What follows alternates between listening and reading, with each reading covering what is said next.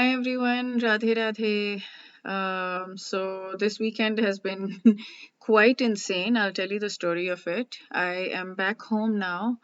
I just to We are doing chapter 2, verse 22 today, just to get that out of the way.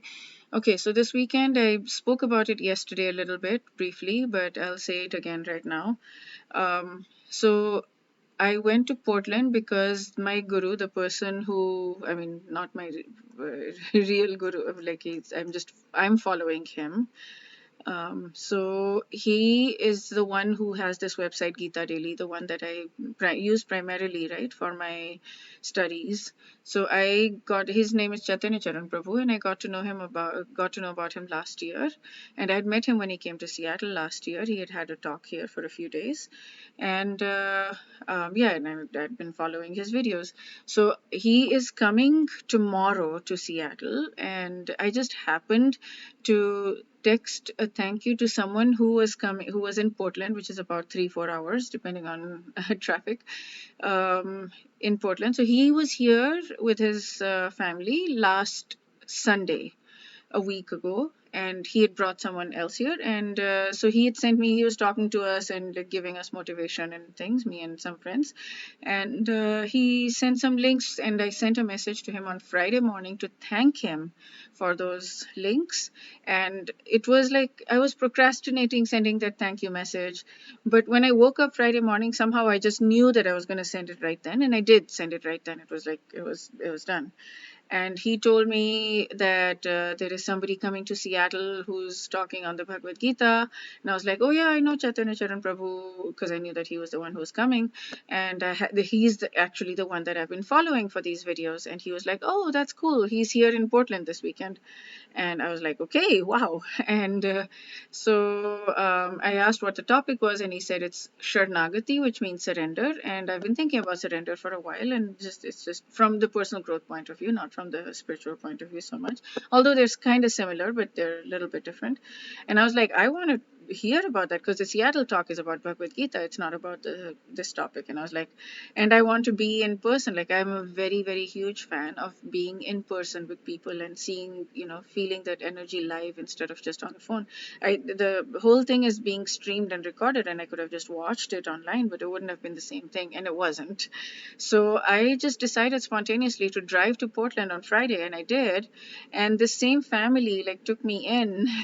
I felt like, like a I they were so kind. I felt so blown away because I was a stranger to them. I was a complete stranger to them. It was a couple with a 2-year-old son, and I mean, they were both so just incredible and so nice. And so we spent time. We got to know each other a little bit. So not only was the weekend listening to Chaitanya Charan Prabhu just out of this world amazing. I am going to post the links for sure for those talks. I mean, I would recommend you watch all of them. There were 6 talks, 6 lectures from Friday, one, and then 2 or 3, I don't know how, depending on how you break it, on Saturday, and 2 on Sunday. And they were just out of this world amazing. I went crazy. I went absolutely nuts. It was, I don't even know how to express, just he resonates with me so much. I mean, because he talks from the personal growth point of view, and he is completely non-judgmental. He is completely like, you are on your path wherever you are, and you follow your path, you follow your pace. And so one of the examples that he gave was that there's a comfort zone, and there's a stretch zone, and there's a panic zone. So he says that don't be in your comfort zone, and don't be in the panic zone as well. Don't push yourself to be in the panic zone. Be in the stretch zone, and that's where your growth is. So yeah, I think I put myself in. I'm very good at putting myself in the panic zone all the time. Like, I'm not doing good enough. I'm not doing enough. I'm just excellent at beating myself up. So that just and there's no shoulds. Like, I don't think I've ever heard him use the word should, which I have heard other people use. In the ISKCON, I'm like so blown away by him. He just spoke to me directly, as if, like, I mean, and he was speaking about Krishna consciousness through the personal growth lens. And so it was just phenomenal for me. I loved the talk with him, and I loved staying with this couple because they were both. I learned so much from them. They like the Mataji, the lady. She was like super energetic and creative, and like high energy, very happy and high energy, and very devoted. And their home was just a beautiful place of devotion. You as soon as you entered, like as soon as I entered, I felt it. I felt that this was a home of devotion. They had a whole room as an altar room. And in the morning today, this morning, I was just sitting there, and I was doing my prayers and chanting, and I just felt like it. Like I felt amazing there in that room. So yeah, and plus we had conversations, and I was asking. They're way more advanced than I am, so I was asking them a whole lot of questions. And all of those niggling things that are bothering me, I asked them. Like, even though they were scary to ask, I asked them. I asked the lady. I asked Mataji, and she was just very kind in answering. And like everything, I was whatever I felt throughout the weekend, whenever I felt scared, whenever I felt awkward, whenever I felt like I'm not following the proper temple etiquette, I just asked her. And she was so kind as to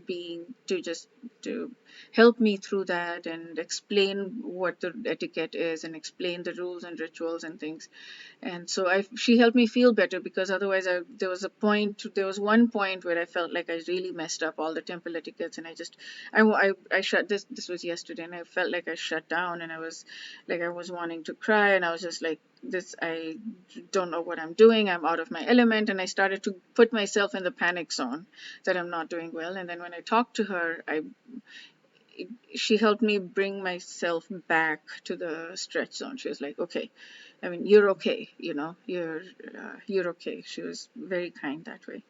Anyways, so that was my thing. And then this morning we were cooking for Chaitanya Charan Prabhu.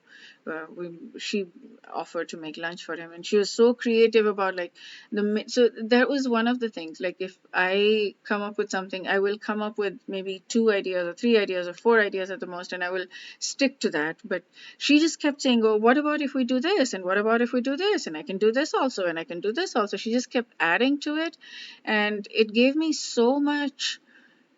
It expanded my mind so much, because I haven't seen people like her, people with this intention of like, let's do as much as we can for him. Let's not just stick to this. I know we're getting late, but that's okay. What about if we also add this? And wouldn't this be nice for him? Wouldn't he feel good about this? Like, that it was and a very creative stuff. And she was like, yeah, I can do it. Like, she was just so confident, and so it was beautiful to watch and learn from. Like, maybe someday I can be like that. But she's helped me. Like, I'm not there, far from it, but she's put this seed in my mind, and I value these seeds so much. These seeds are what give the fruit eventually, and they don't necessarily grow. The trees don't grow in a second, right? The trees take time to grow. And she has put that seed in my mind, and I have set the intention for that tree to grow and that fruit to grow, where I can be like that as well, and I can feel confident to just add stuff, and to just be like, okay, let's set the intention to do as much as we possibly can to serve someone or to help someone. And she's like that all the time. She was just thinking about me all the time. She was like thinking of like, okay, this, you might like this book, or you might like this book. She was just and she was thinking about everyone, everyone at the temple as well. Which was really amazing. And I feel so honored to have gotten to know them, and to have spent time with them, as well as to have spent time with Chaitanya Charan Prabhu. And I'm back in Seattle now, and he's there for the next 3 days. So I'm going to be hearing his lectures again for the next 3 days, and I can't wait. I'm very excited. I've taken on the service of, like, he has a lot of books. He's very prolific. So I'm going to be setting up the bookstall for him, so that after the lecture, if people want to buy books, they can buy books. So I'll be there helping with that process, which is incredible. Okay, so I think I have taken up a lot of your time to tell you, but I had to. I had to tell you about this. Let me tell you a little bit more. So he gave four different scenarios, and he broke us up into four different groups, and all those four scenarios were very real scenarios. So one of the ones that resonated with me the most is there are two different people. One of them is starting out the career, and one of them is like more stable in the career, and they're both looking to grow spiritually. So what advice would you give them as to how much time to and effort to put into that? And his idea was that you cannot grow spiritually if you do not have a stable foundation. So focus on your stable foundation and have a boundary at the same time. Have a very clear boundary that I am going to do one thing at least. Like I'll go to the temple once a week maybe, or I'll do some chanting, or like I'll do prayers before eating or something. One thing that you decide and follow that so that you're in on the path to Krishna consciousness, but um, you do not have to um, you do not have to give up material uh, life. You do not have to give up all of that. You cannot pray, or you cannot be on the Krishna consciousness path if you're constantly worried about money, or if you're constantly worried about where the next meal is coming from, or any of that, right?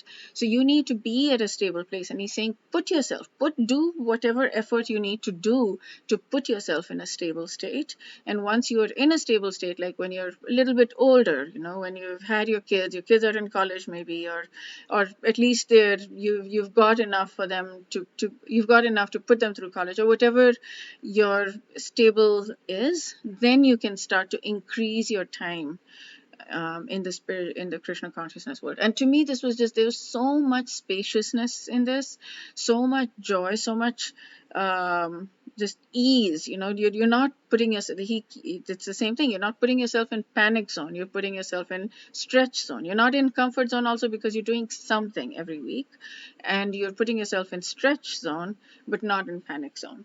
And that changes as your consciousness evolves, as your consciousness grows. That changes your ability, your capacity increases, your compassion increases. So you're able to hold more, and your stretch zone increases, right? Your comfort zone becomes, what used to be your stretch zone becomes your comfort zone, and now your stretch zone increases. So yeah. And then another one of the groups, which was my group, is that, say you're going to the temple and one of the devotees is doing something to hurt you and upset you. Then how do you handle that situation? Because I mean, he had this whole thing. I would really highly recommend you watch it. It's so good. But he was like, different people have different tolerance levels, and so you can't just say never be angry, because that doesn't work. You are going to be angry. So some people might say, okay, if somebody uh, doesn't honor me, then that's my boundary and I cannot handle it. So know your boundaries, know what you can tolerate and what you cannot tolerate, and work from there. This is so spacious, just like personal growth world, right? Accept yourself for where you are. Wherever you are, that's okay. Love yourself for that. Accept yourself for wherever you are. And then from there, make decisions on how to improve. So again, put yourself in stretch zone, not in panic zone, and then figure out how you can handle the situation, but like not put yourself in this thing that, okay, I'm going to, whatever anybody says, I don't care, it doesn't bother me, I'm not going to. But if it does bother you, it does bother you. And so don't just hide from it, don't run away, don't say I'm never going to go to the temple again because this person is there and I can't handle this person. That doesn't work either. And don't also just immediately react.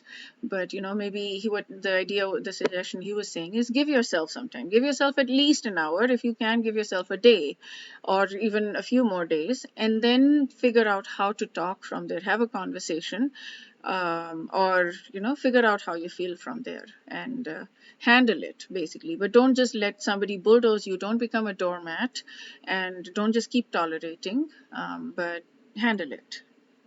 It was phenomenally beautiful, phenomenally beautiful.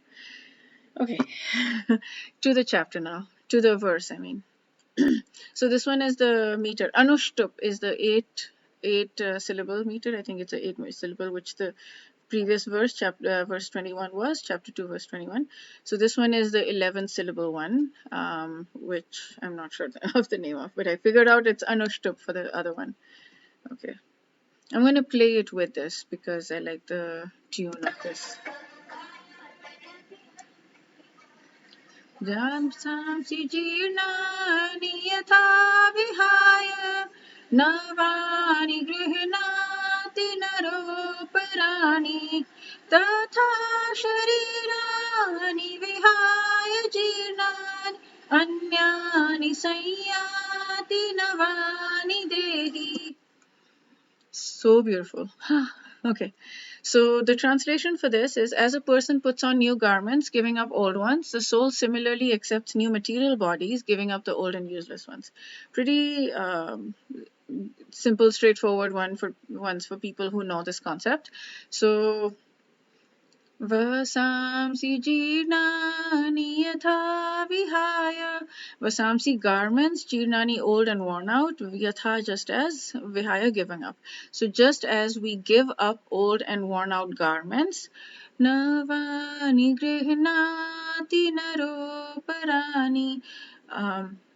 Navani, so where is it? Navani, new garments. Grihnati does accept. Nar, a man, or a woman, basically human person. Aparani, others. I'm not sure where the others fits in. So basically, we give, just as we give up old and worn out garments, a man accepts new garments. So just as we give up old and worn out garments, a man accepts new garments. Tatha sharirani vihaya jirnani. Tatha sharirani. Tatha is in the same way. Sharir is body. Vihaya, give up. Old and useless. Jirnani is the same word as this one. So in the same way, we give up old and useless bodies.